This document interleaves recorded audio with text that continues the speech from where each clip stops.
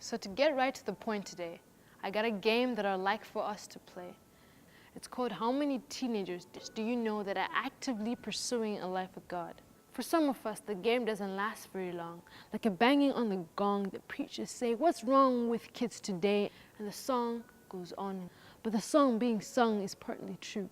So we're surrounded by a generation who, for the most part, rather smoke a joint than sit in a pew. And to be honest, I'm really tired of placing all the blame on them. So I'm here to suggest that perhaps part of the problem, church, is you. Please hear me out. See, teenagers today, and people for that matter, rather live by their own luck because they see the religious system as just way too stuck. And if you heard me say I read my Bible every day, you'd be like, what?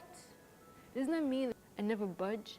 And if that is the perception that we are so full of pride, then maybe it's time we took a look inside and tried to reclaim the part of Jesus that some of us have lost.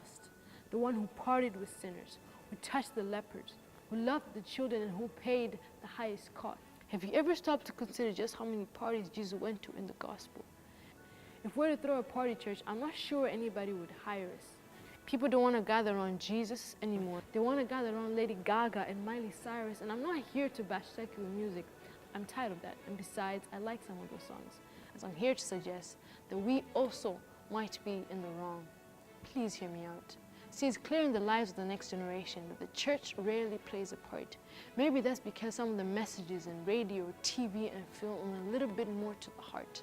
The church shouldn't be a billboard or propaganda, a list of should and should nots. It should be a living and breathing art piece where people see us and say, I want what they've got.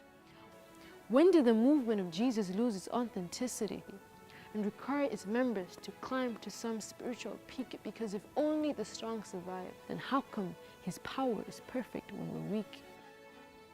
Please hear me out. I'm not trying to be harsh, and I'm not trying to be condemning to either sides.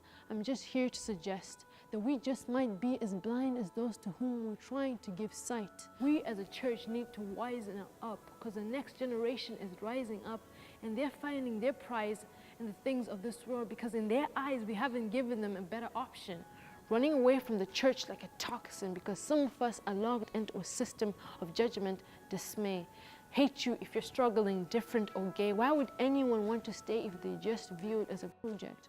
We wish to project a list of rules, and the more we try and protect the kids in this way, the more we reject when God is trying to project through them, and that is the project of authentic love.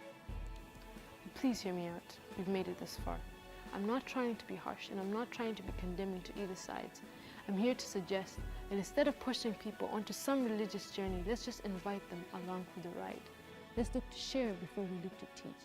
And maybe let's put a little more care into what we preach. Let's make faith in Jesus a little bit more attractive. And by that, I'm not talking about hip or cool. I'm talking about interactive.